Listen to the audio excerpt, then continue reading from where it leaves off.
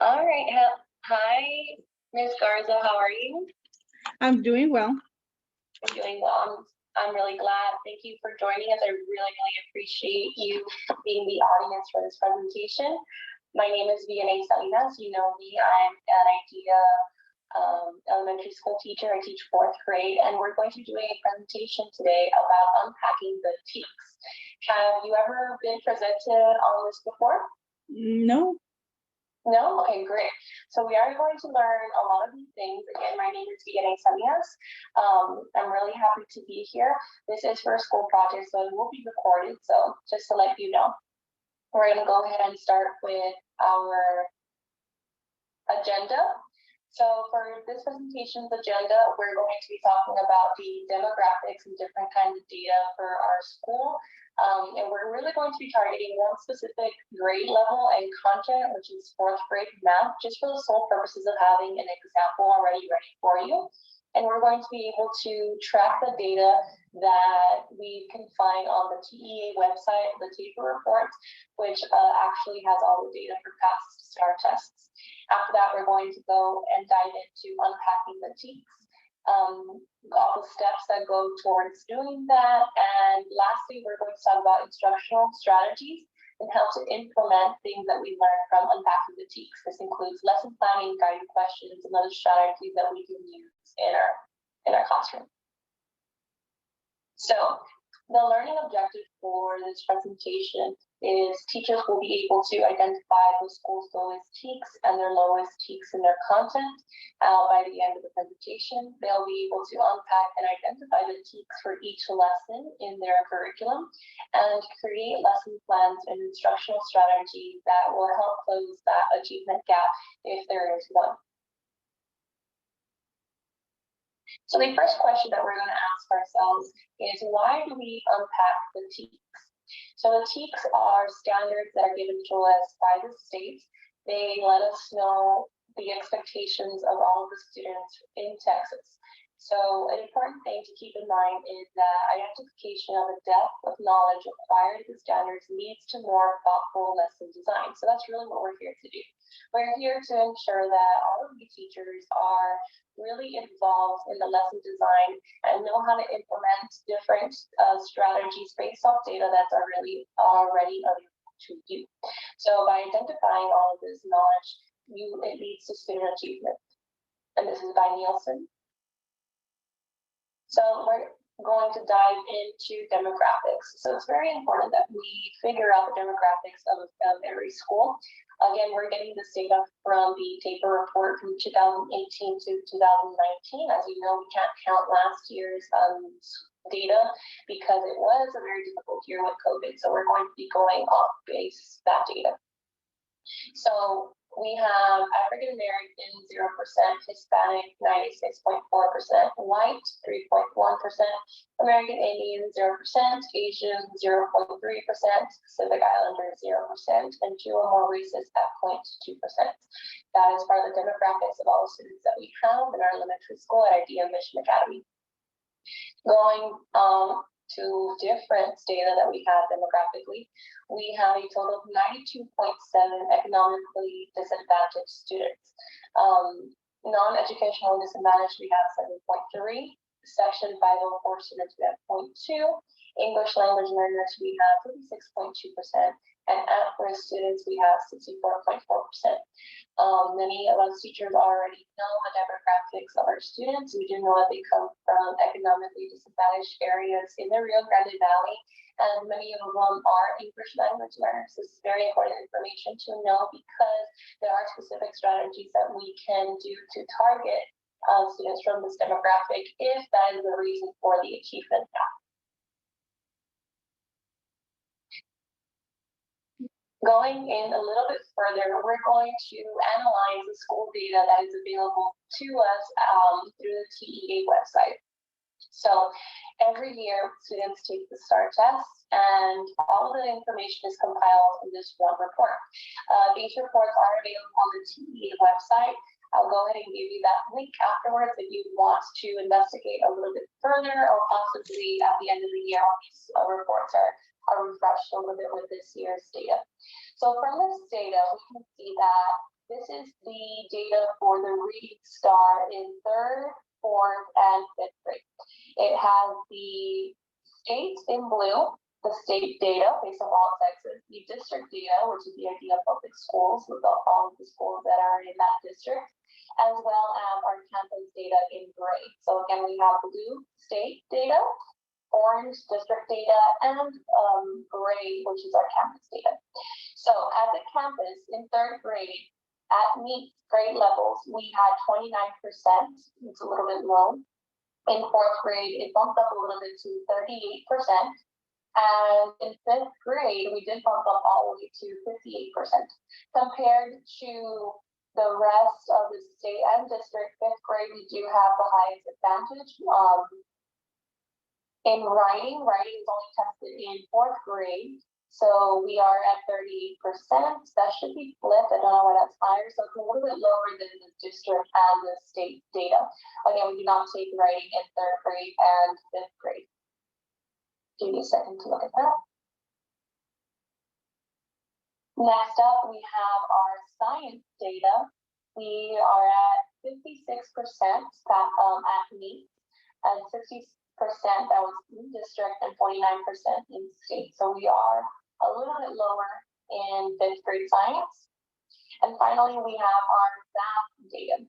Now, our math data shows something that is a little bit similar to our reading data. In 3rd grade, compared to the state and district, we are at 29%, whereas the state districts are in their 40s, 49 and 42. In the 4th grade math, we have 38% as a campus, which again is a little bit lower than the district and state, which are at 44%, 48%. And again, in 5th grade, we do see our numbers skyrocket to 81%, which is really good compared to our district and our state data. Now, as we analyze this math data, again, we are going to be focusing on math as a content for this presentation. So we're going to be reviewing the data that we see here. So right here, you see that in 3rd grade, we have 29% of the campus, which is significantly lower than the district and state, which is in the 40s. We're talking about more than 10 points difference, as well as in 4th grade math, with a little bit of a bigger drop from 44 to 38%. So we do see that compared to other districts and the state data that we are a little bit behind. That's what we can take overall from the paper report.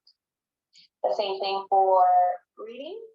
We do have those low numbers in reading as well. Now, using the TEKS data that we have, the question that I have for you is, what should we do, or what do you notice? First of all, what do you notice from this data? Ms. Garza, do you notice anything about this data just from seeing it on the graphs?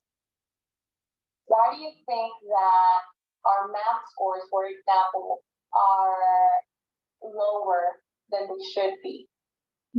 Well, from talking to upper grade teachers, I know that in 4th grade, there are more word problems in math.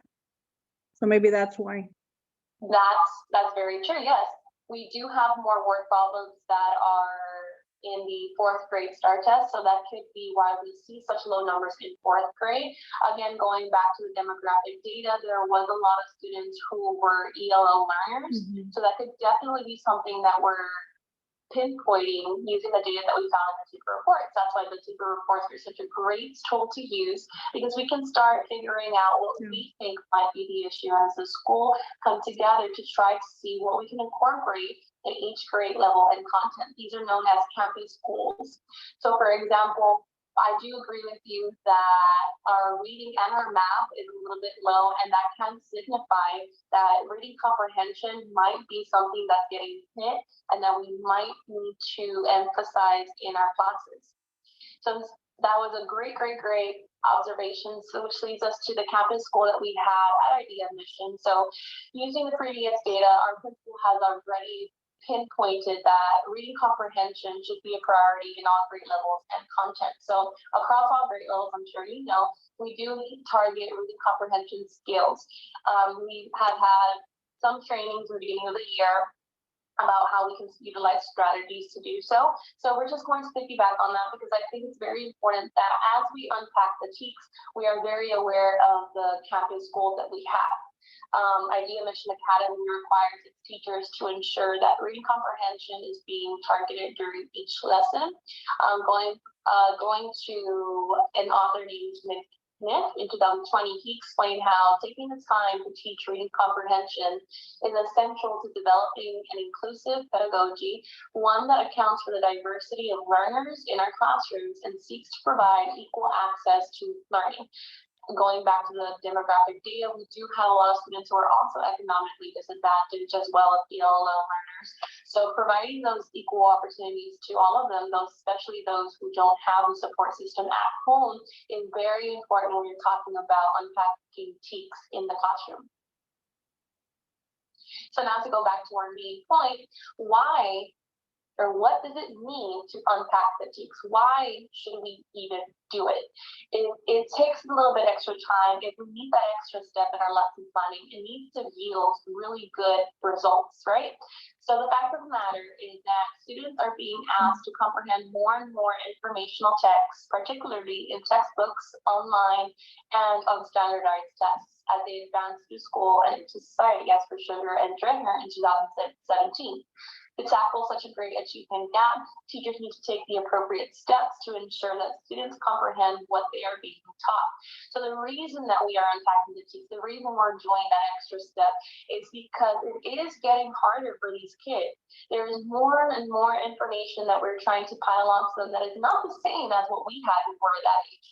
So in order to supplement all of these materials to students and really give them a fighting fair chance, we need to make sure that all of the teachers are aware of exactly what standard of learning we need our students to have. So in order to do that, we do need to unpack the TEKS. The TEKS, again, are standards given by the state. The state is telling us this is what our kids need in order to pass and, more importantly, flourish in the educational system. So now that we have learned about why it's important to unpack the TEKS, we have a fun little video here that's going to give you a little bit of a clip on how and why we should do this as well.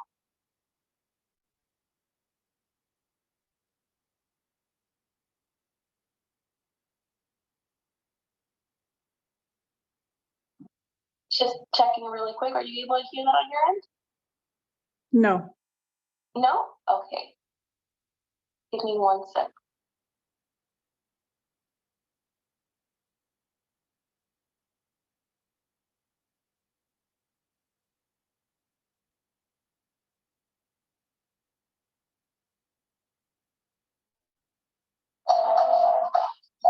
I could hear.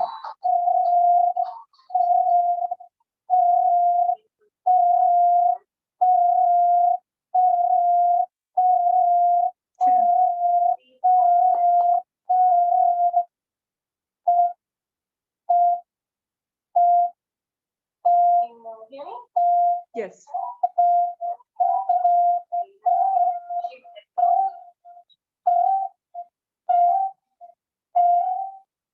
There you go. So sorry about that. Can you hear me now? Yes, I could hear you now. Okay, unfortunately, our video is not working, which is okay. Sometimes we have technical issues. So we're going to go ahead and move on. We are going to discuss everything that's on the video. Again, I apologize. That's fine. All right. So from the video, if we would have watched it, we would have learned the key steps to unpacking the TEKS. So every time you are unpacking the TEKS in a lesson or in your curriculum, there are 3 steps that you have to consider. The first step is to identify the verbs for the depth of the thinking and cognitive alignment required in the lesson design. So in the TEKS, you're going to find verbs. The verbs are telling you, and you should identify exactly how the students should, or what the students should do in order to provide proof that they are learning that standard. Step 2 is identify the concept or the nouns for the complexity of the TEKS. What we already know what they're doing now. What are they learning? What's the noun that's teaching you? What concept and what is the topic of the lesson? Step 3, identify the context which the concepts will be assessed. The context is in the details of the lesson or the assessment.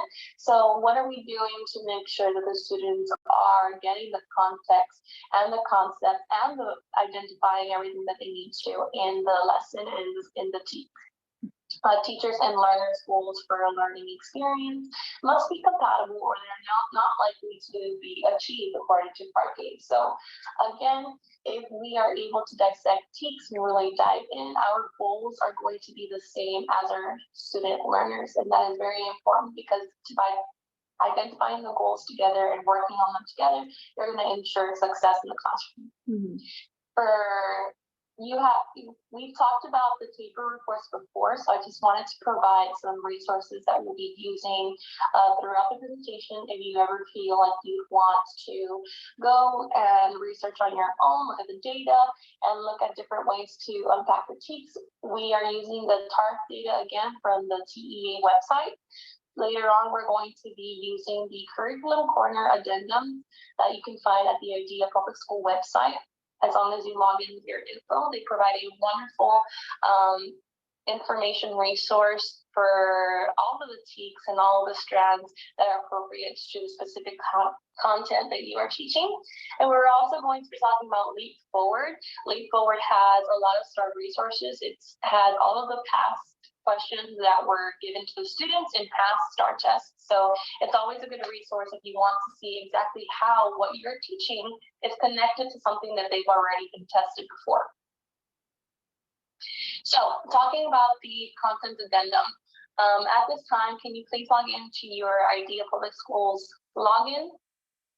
Okay. And go to the quick links where it says Curriculum Corner. Just give me an okay once you're done doing that. Okay, I'm there. All right, you're gonna go ahead and click on Texas. Okay. After you click on Texas, you're going to click on Mathematics. Again, we're gonna focus on 4th grade math. Okay. You're going to click on Grade 4 Math. Okay. Module 3, we're going to be working specifically with Module 3 of 4th grade math, just as an example. And what you should see on your end is a little screen that looks like this, and the addendum is actually going to be the first thing that pops up. Is that what popped up for you? Yes. Mm-hmm. Okay, great. So this is a very powerful resource that IDEA has already developed for you. So this content addendum is not something other school districts have. It is basically a breakdown of the TEKS and the strands that are in each and every lesson. So we're going to learn how to utilize that when we unpack a TEK. So I clicked on Module 3 in 4th grade math. So the first thing that you're going to notice is if you scroll down your addendum, you are going to be given the readiness standards and the supporting standards. For those of you who do not know about what for those who do not know what readiness and supporting standards are TEKS that are tested on every single year. And supporting standards are those that are rotated maybe once every 3 years. So you know that the readiness standards are for sure going to be tested on, and supporting standards are thrown in there whenever they see fit. So specifically, we're going to be looking at a lesson that has 4.5D. 4.5D, the TEKS for 4.5D is to solve problems related to perimeter and area of rectangles where dimensions are full numbers. So now that we have identified a TEK, which is the first step, we're going to go to our step process in actually unpacking the TEK. So first you identify the TEK that you're going to be using in your lesson. Now we're going to start unpacking the TEK. So going back to our step 1 was to identify the verbs. So the first verb that you see is the word solve. So that's telling you what the students are going to be doing, which is solve something. So we're going to go ahead and box that with our grade, because that is step 1, solve. The next step that we have to do is identify the nouns. What are we going to do? We're going to solve what? So I went ahead and highlighted that in pink since it's step 2. We're going to solve perimeter and areas of rectangles. So you notice there are actually 2 nouns of what we're going to do there. We're going to solve perimeters and areas.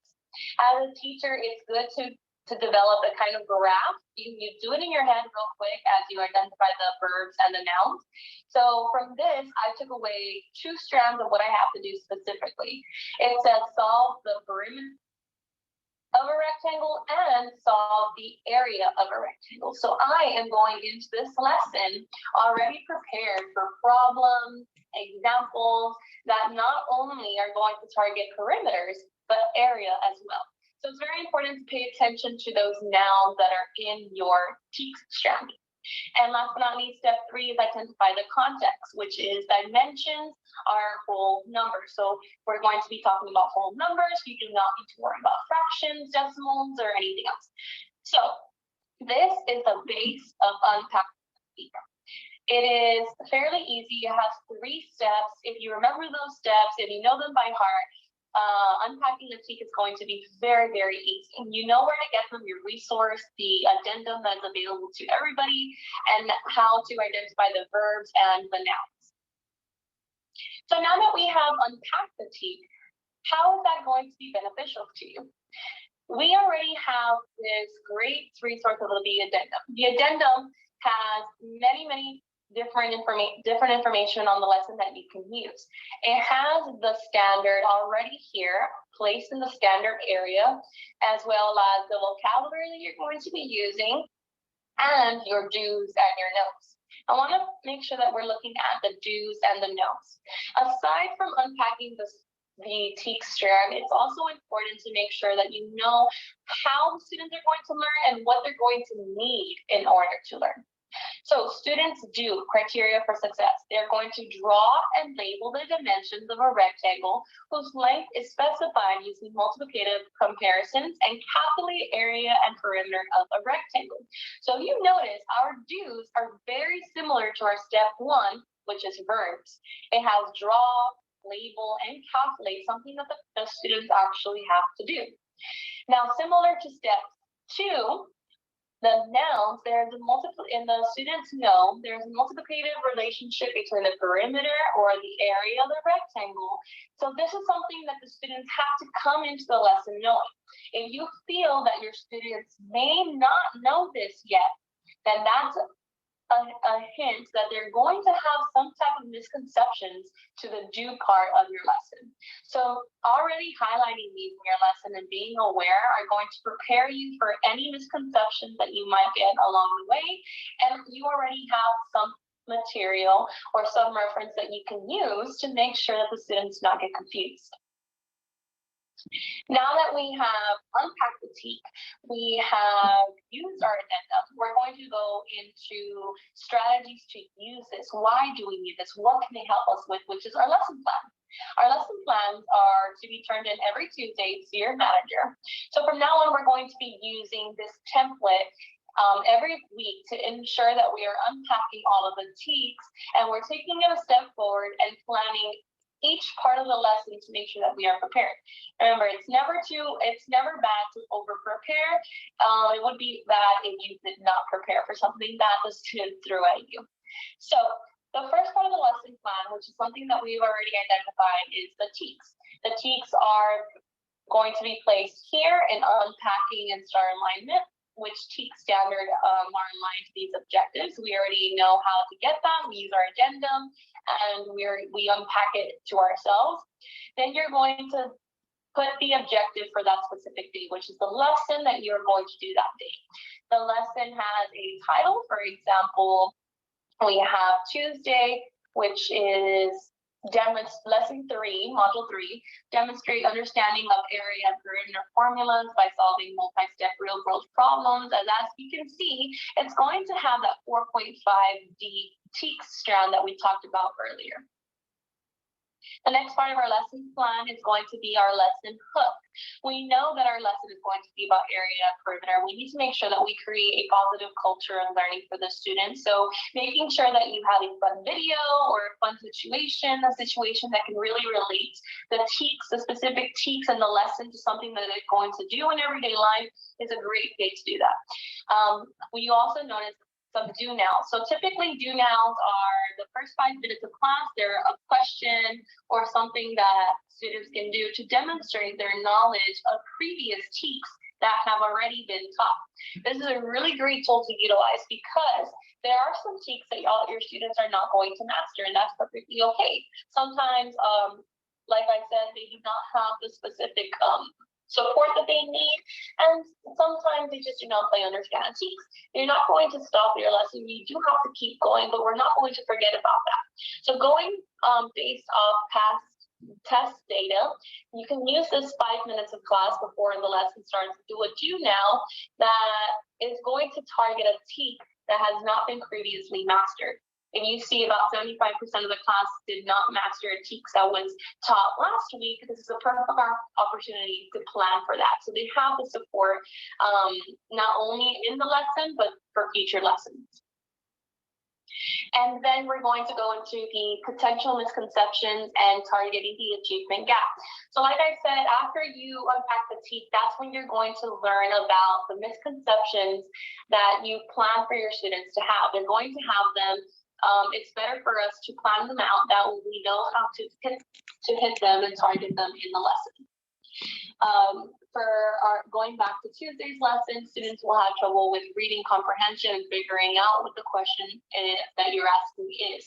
So this is where your reading comprehension strategies go into. If you actually look at the bottom, our targeting achievement gap is reading comprehension already. So it states that we're going to use specific vocabulary words to help them read the question. This does not mean it's very important that I know that this does not mean explaining exactly how to solve the problem, more of ensuring that they understand the vocabulary that's being used. For example, in math, we have a lot of big vocabulary words that we use that they're not used to. For example, an auditorium, a mattress in this specific lesson, or the word inside. They may not be able to read it on their own, or they might not comprehend what that actually is. Auditorium is a very big word. They might be totally thrown off with it. They may think that that word means addition for some reason because it has similar properties to the word addition. So this is where you step in and you tell them, has anybody ever been to an auditorium? Does anybody know what it is? And you get into a deep conversation about what that is to make sure that they are understanding the question and they have all of the materials they need in order to solve that question. Going to the next part of our lesson plan is our exit ticket exemplars. These that you see over here on Monday, Tuesday, Wednesday, Thursday, Friday. This teacher, this exemplar, is looking at Leap Forward. So remember how we mentioned that Leap Forward actually has past star questions. So what they did was they targeted that TEK for that day. They went on Leap Forward and they saw how it correlates to something that they've already been tested on.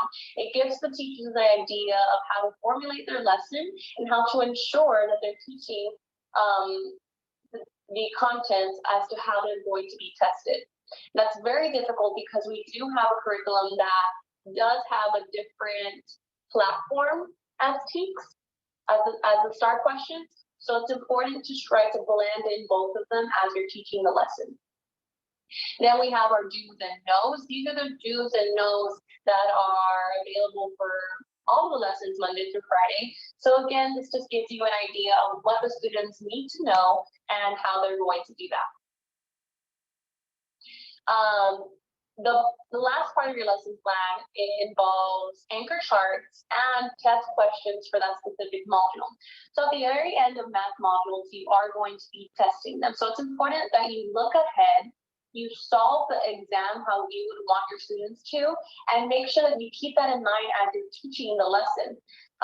Keeping in mind what they're going to be tested on gives you the opportunity to enhance or de-enhance specific problems in your lesson. For example, if you know for a fact they're going to be tested on area and perimeter with whole numbers, the TEKS that we're specifically talking about today, you're going to want to emphasize that a little bit more than what you would for a different question that's already embedded in your lesson. We also have anchor charts. Anchor charts are a huge way that you can really make sure that students are are connecting with the material. Data shows that even though an anchor chart possibly is not there anymore, there are students that during the STAR test look up to where the anchor chart was previously, because of course we have to take them down. And it shows that they remember what is there, even though it's not there. It's that simple memory of looking up towards the anchor chart during the lesson and during the year, and then during the STAR test that they remember. Readers with broader and deeper vocabularies will be better able to use context that is acquired, to use more word meanings, and not having the proper weaker vocabulary knowledge makes it difficult for them to use the context. So making sure that the vocabulary words are posted everywhere that you can possibly post them will really be beneficial to your students in the long run. Like I said, even if it's not there anymore during the STAR test, they know that if they look up, that's where it previously was. So the instructional strategies that we've been talking about, these are just a little more that you can use now that you know how to unpack the TEKS, now that you know how to utilize it in your lesson plan, and what we're going to be looking at from now on every Tuesday when you turn in the lesson plan. Instructional strategies that can really help you is dissecting the no's and do's of the lesson, providing vocabulary words and anchor charts, allowing for mastery of content rather than rushing through the lesson. Again, like deep diving into the problem to make sure that they're understanding it. Targeting reading comprehensions by guiding using guiding questions. Collaborate with fellow content teachers to ensure horizontal alignment. So like Ms. Garza, you had mentioned before, just by talking to other teachers, you know, when you have an idea of how they're being taught, and that's very important because horizontal alignment, collaboration throughout your teachers is really going to help you. You know how your students were taught before or are going to be taught in the future. You can really hone in on experiences that they really need to master. Horizontal alignment is the degree to which an assessment matches the corresponding content standard for a subject area at a particular grade level by case and subject.